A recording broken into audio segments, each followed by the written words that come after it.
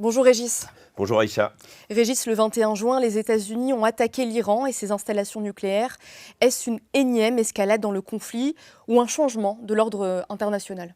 Oui, alors c'est une vraie question parce que dans le type de frappe utilisé, il est évident qu'il y a, on va dire, escalade, puisqu'il y a une attaque directe sur trois des centres les plus connus dans lesquels les Iraniens mènent des études pour...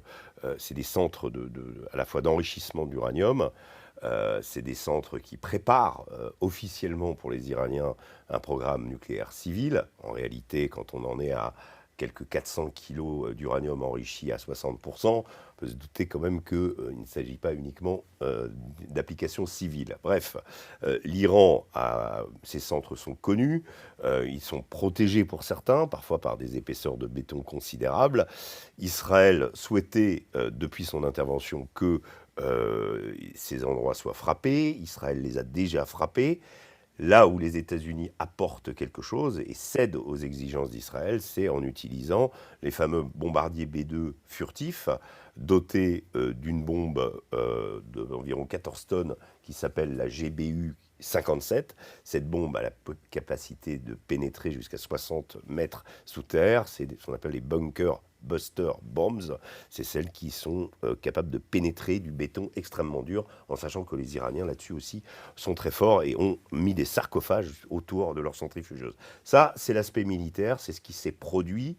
Les États-Unis ont, on va dire, répondu aux exigences d'Israël. Maintenant, la frappe des Américains pose un problème du point de vue de la légalité internationale et du point de vue de l'ordre mondial. Vous savez qu'en 2015, à Vienne, avait été signé un accord qui s'appelle le GCPOA, dans lequel, un accord qui encadrait le programme nucléaire civil iranien, mais de façon extrêmement contraignante. C'est-à-dire que les Iraniens avaient signé quelque chose dans lequel ils s'engageaient à avoir des caméras qui surveillent en permanence l'enrichissement de l'uranium, à permettre des inspections des agents de l'AIEA en permanence quand ils voulaient, à ce que tout soit mis en fait en coupe réglée. En 2018, Donald Trump déchire cet accord, considère que c'est un bad deal selon lui, et puis surtout parce qu'il a été conclu par son prédécesseur. Et du coup, l'Iran se retrouve dans une sorte de limbe pour le nucléaire, c'est-à-dire qu'on ne sait pas trop si l'Iran décide de s'affranchir, et c'est ce qui va se produire. On craint que l'Iran finalement fasse cavalier seul. Il y a encore un contrôle, hein. L'Europe est toujours contrainte, enfin signataire de ce contrat, une partie de la communauté internationale aussi. Donc l'Iran ne s'est pas retiré non plus du fameux traité de non-prolifération qui date de 69 que l'Iran avait signé. Donc il y a encore une forme de contrôle. Maintenant, voilà, l'Iran va décider de multiplier par 20 ses capacités d'enrichissement d'uranium, sortir complètement du cadre des accords de 2015. Et là, en frappant ces installations, les États-Unis se retirent, on va dire, de toute forme de droit international, puisque les frappes, sont non annoncées. Enfin, il y a une montée en puissance, on va dire, médiatique, mais il n'y a pas de menace. C'est-à-dire que l'Iran ne menace pas les États-Unis. L'Iran menace peut-être Israël verbalement. Peut-être que ce programme nucléaire est en effet une menace, et c'est ce que Benjamin Netanyahou a décidé en frappant et en intervenant le 12 juin. Mais rien ne laissait penser que l'Iran était, d'abord, à deux doigts d'avoir une bombe nucléaire. Là, les avis sont très partagés. Le renseignement même américain, Tulsi Gabbard, qui est la chef du renseignement américain, avait dit l'Iran n'est pas à deux doigts d'avoir la bombe atomique. Et là, Donald Trump décide finalement de frapper et se met du coup dans une justification de ce qu'on appelle les guerres préventives. Les guerres préventives, c'est la philosophie des néoconservateurs américains, c'est-à-dire en cas de menace, on frappe, on frappe en cas de menace supposée. Et donc on se retire complètement et ça crée un précédent. Et là, on est vraiment dans une situation un peu, on va dire, inquiétante, parce que ça pourrait se renouveler. sur la Corée du Nord, sur d'autres pays dits menaçants ou d'autres pays, le fameux axe du mal dont parlait George Bush autrefois. Cet axe du mal peut très bien se multiplier et on retombe dans les travers des guerres préventives, de l'intervention en Irak. Et donc finalement, tout ce que Trump avait promis et à ses électeurs et les espoirs qu'il avait fait naître sur la communauté, au sein de la communauté internationale, parce qu'il avait des partisans, on se rend compte que finalement Donald Trump redevient quelque part prisonnier de l'État profond américain avec ses travers qui est de déclencher des guerres un petit peu partout en fonction de ses intérêts et surtout de déclencher des guerres qui n'ont pas de fin comme l'Irak, comme l'Afghanistan, tout ce qu'on a connu pendant les 30 dernières années. Régis, cette intervention en Iran est critiquée au sein même du Parti républicain. Oui, elle est critiquée au sein même de partis républicains, elle est critiquée par des Trumpistes, on va dire, de la première heure, des gens comme Steve Bannon, des gens comme Tucker Carlson, même s'ils ont pris leur distance avec Trump, ils représentent la base, ils représentent, on va dire, l'expression du MAGA. C'est eux qui ont fait changer le Parti républicain, qui en ont fait un parti populiste, un parti populaire aussi, alors qu'avant, c'était une élite, on va dire, droitière, avec, on va dire, plutôt une orientation, le MAGA incarnait quelque chose de révolutionnaire au sein des Américains, une sorte de révolution conservatrice, on va dire. Ces personnages-là, je pense ces deux-là en particulier, Steve Bannon a rappelé de nombreuses reprises que l'intervention armée des États-Unis, qu'elle fut en Irak, en Afghanistan, dans une moindre mesure en Libye, même si c'était surtout la France et l'Angleterre, eh bien, n'ont jamais amené la démocratie, n'ont jamais amené la liberté, et que surtout, c'est la fatigue des Américains pour ce type de guerre qui a mené Trump au pouvoir. Donc ça, c'est le premier point. Pour Tucker Carlson, va beaucoup plus loin. Tucker Carlson explique qu'il n'y a pas de menace, que l'Iran, pour lui, n'est pas une menace. Il rompt complètement, on va dire, avec la philosophie néoconservateur, même avec les alliés israéliens de Donald Trump, qui, eux, considèrent que l'Iran est une menace. Donc on a ce fondement de l'électorat américain de Donald Trump qui est extrêmement mécontent. Et puis il y a aussi l'image du président de la paix qui en prend un coup, arrivé en Ukraine avec l'idée de dire à Vladimir Poutine arrête, mets-toi sur une table de négociation avec Zelensky et réglons ça parce que cette guerre est horrible, elle fait des milliers de morts. Et là, finalement, précipiter à nouveau, faire une escalade dans une autre guerre en disant oui, ça va forcer les Iraniens à venir autour de la table. Non, en réalité, les Iraniens, ça risque quoi ? Ça risque, s'ils ont planqué leur uranium enrichi quelque part, peut-être de les encourager à aller vers la bombe atomique, en se disant c'est notre dernière planche de salut, faisons-la.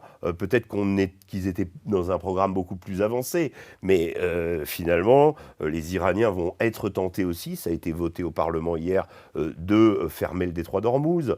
20% de la production d'hydrocarbures mondiale du Bahreïn, du Koweït, de l'Irak passe par le détroit d'Ormuz. 40% aussi de l'approvisionnement de la Chine. Donc ça, c'est un problème pour l'Iran aussi, si l'Iran décide de fermer ce détroit. Donc ça risque de faire monter les prix du pétrole. Alors certains pays s'en réjouiront, la Russie en particulier, qui va pouvoir continuer à financer sa guerre. Donc finalement, il y a tout un...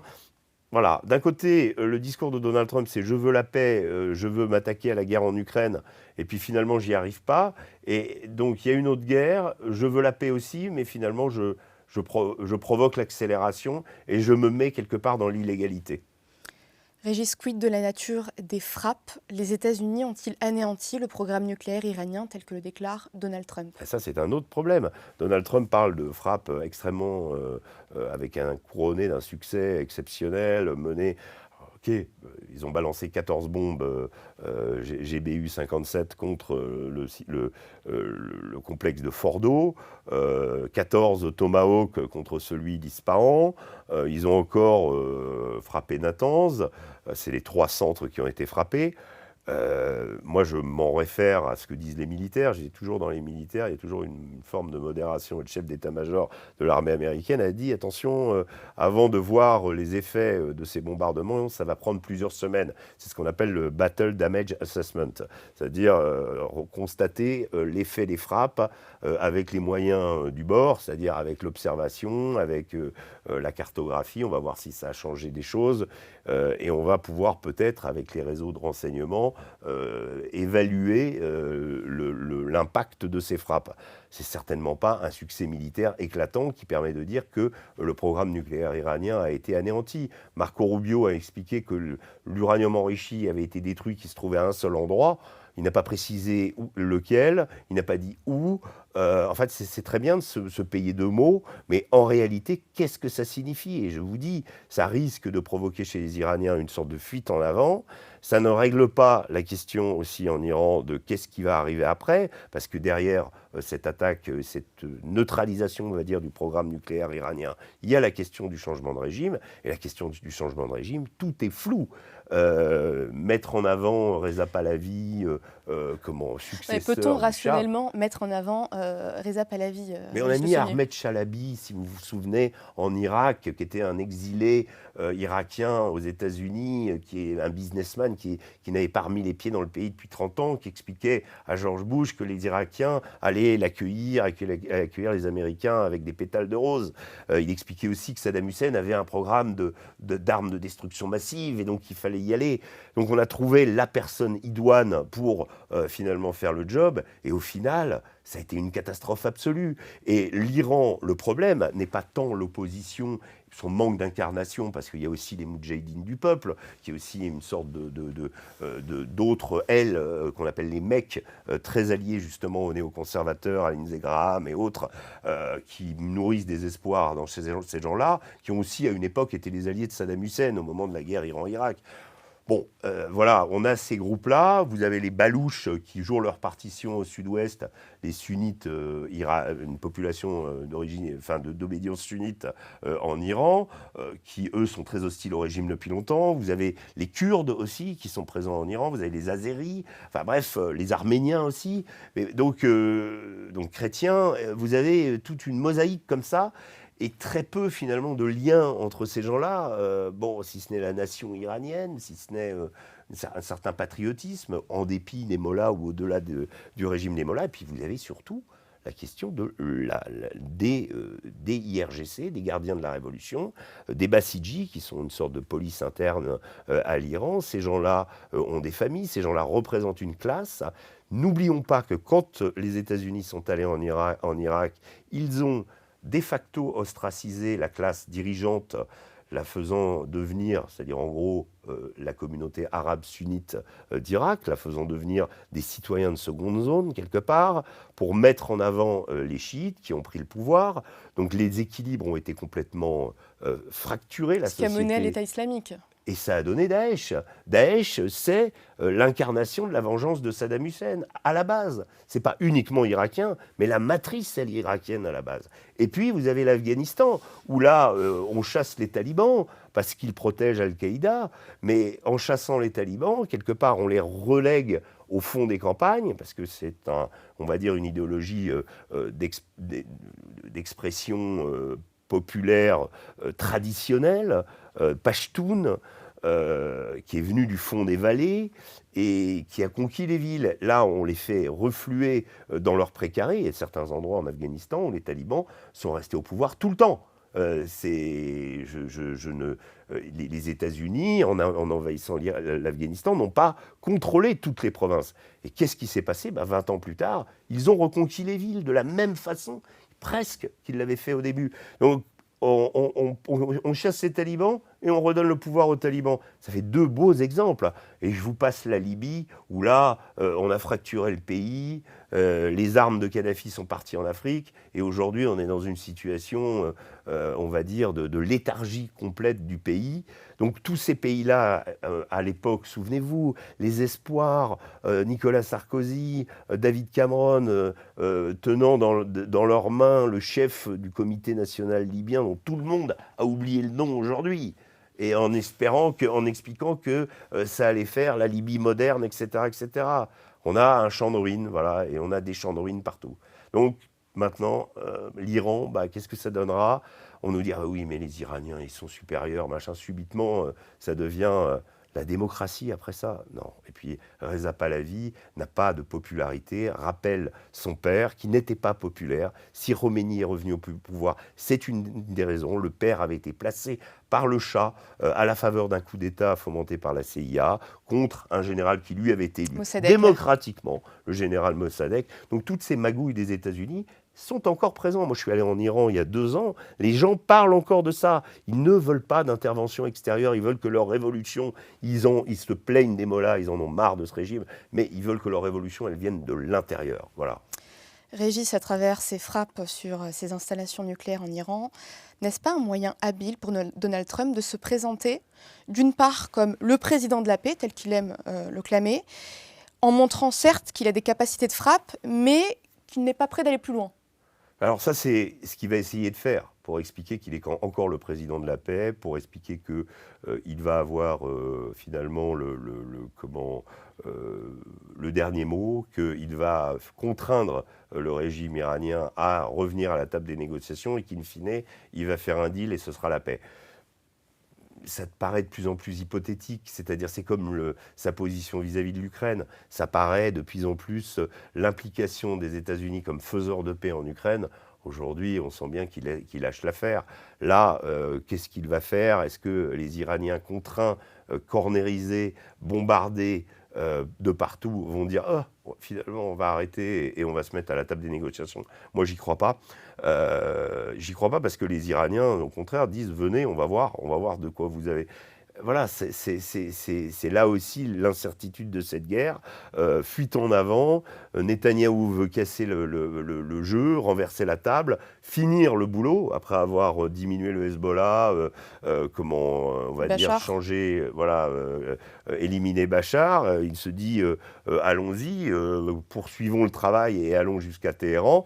Maintenant, Téhéran, il faut y aller et Israël n'a pas les moyens de le faire toute seule. Donc, il faut les Américains. Et voilà, Trump est face à son destin et face à ses promesses et face à, finalement, ses propres partisans. Régis, dernière question. Quid des réactions internationales? Chine, Moscou? Très, très mesuré, très modéré. Je pense que Vladimir Poutine ne voit pas d'un mauvais œil pour 3 raisons ce conflit actuel. D'abord, médiatiquement, l'Ukraine passe au second plan, donc ça lui permet d'agir comme bon lui semble. Deuxièmement, ça fait monter les prix du pétrole, ça lui permet de financer sa guerre. Ensuite, quelque part, il avait fourni du matériel anti-aérien à l'Iran qui a été détruit dans des frappes israéliennes où une grosse partie a été détruite en octobre dernier. On a oublié cet épisode. Et aujourd'hui, l'Iran est un partenaire qui aurait pu demander plus d'aide à la Russie. Ils ne l'ont pas fait. Ils n'ont pas fait comme les Coréens du Nord. Ils ont aidé beaucoup les Russes. Les missiles Shahid pour l'Ukraine ont été vraiment un élément déterminant. L'Iran est un partenaire, mais l'Iran n'est pas aussi autant un partenaire que la Corée du Nord. Voilà, maintenant la Russie, je vous dis, surtout, c'est aujourd'hui insidieusement se dit à Trump et à Netanyahou, allez vous occuper de ce truc, on va voir comment ça va se terminer, en prédisant que ça se termine pas très bien. Merci Régis. Merci.